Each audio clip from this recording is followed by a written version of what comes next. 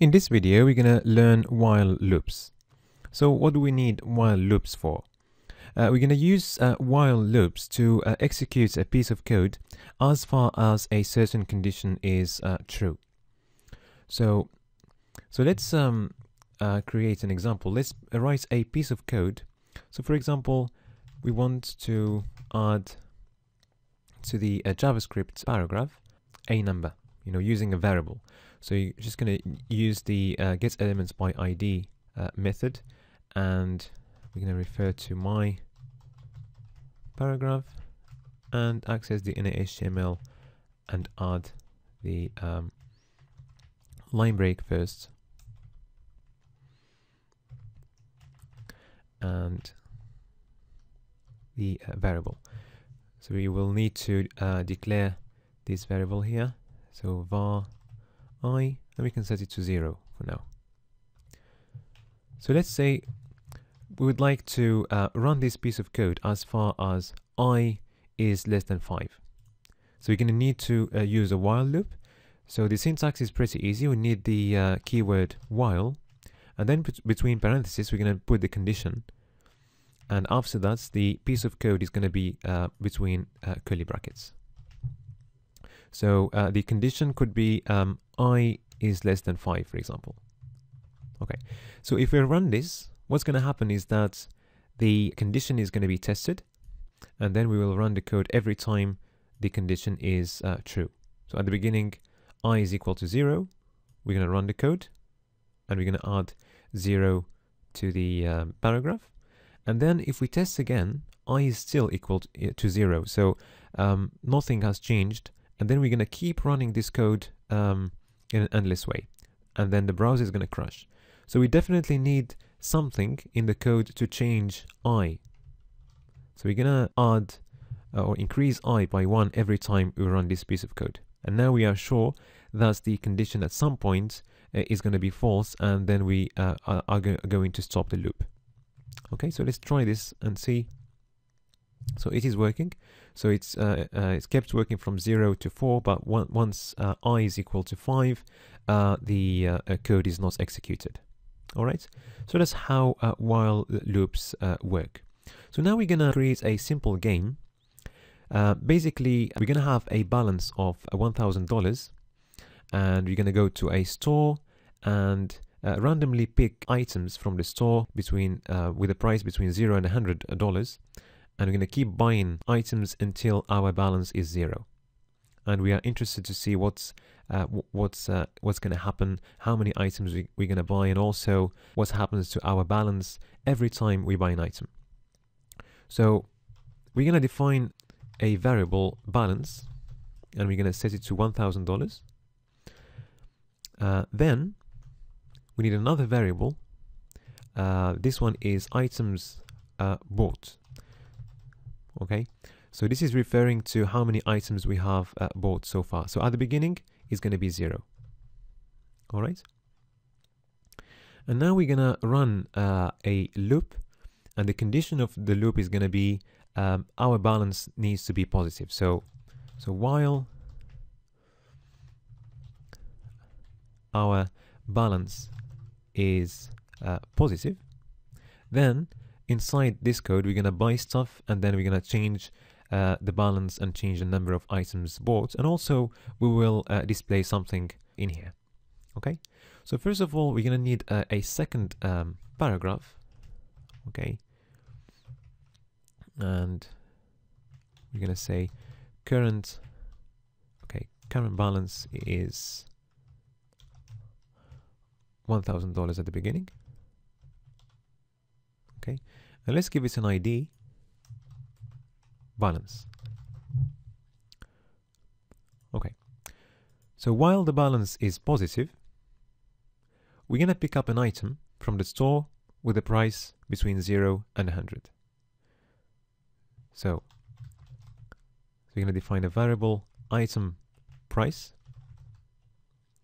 and we want something between 0 and 100. So first we're going to use the math method random. So this will return something between 0 and 1. we want something between 0 and 100, so we're going to multiply this by 100. But we need a whole number. So we're just going to copy this and put it in the parameter of another function. So it's going to be math floor. So this method takes this number and change it to a whole number. Okay? All right. Also, inside the loop, we would like to... Okay, so now we've got a price. So we've got something between 0 and £100, $100, but we don't know whether we are capable of buying that, because we don't know if our balance is sufficient or not. So we're going to need to test whether the item price is within our balance. Okay? So if that's verified, then the number of items bought is going to increase by 1 because we're buying the item. And also our balance is going to be reduced by the item price. Okay? And also, just to know what's going on, we're going to add to the balance paragraph, we're going to add some text showing the item price and the new balance. So we're going to use the getElementsById method, and we are accessing the inner HTML of the paragraph with ID balance, and we're adding a paragraph. Okay, so just going to say purchase amount in dollars, and we're going to need the variable item price for this. Okay, followed by a full stop, and then new balance in dollars as well, and we need the variable balance, and then a full stop and close paragraph.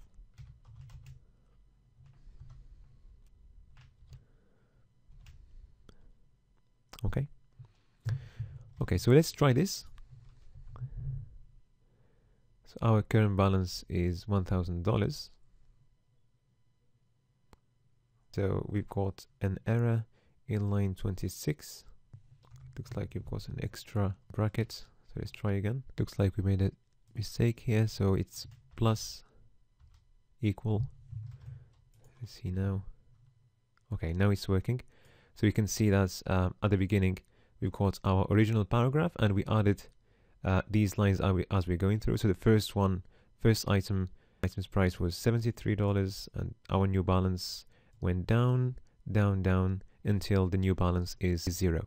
Okay, we can add a button just before the paragraph, so that once we click on the button, the code is executed. So let's do that. So let's just create a button there. Start, and we need the onClick property.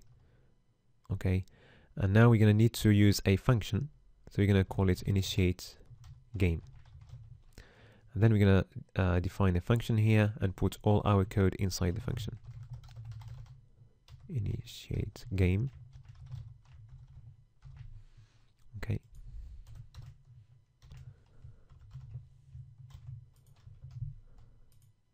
Okay, so now it's working. Once we click on the button, the code is executed. Also, we can add something at the end. So we can add something to the paragraph showing the number of items that we bought. So you can just say document getElementsById balance, and we're adding to the inner HTML a new paragraph. You bought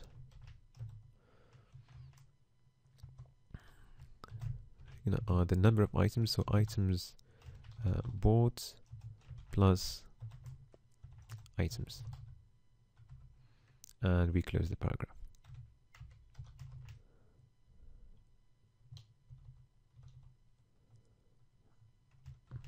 All right.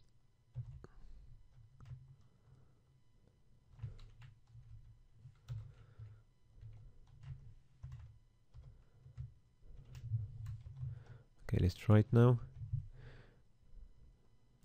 Okay, we add an extra curly bracket there.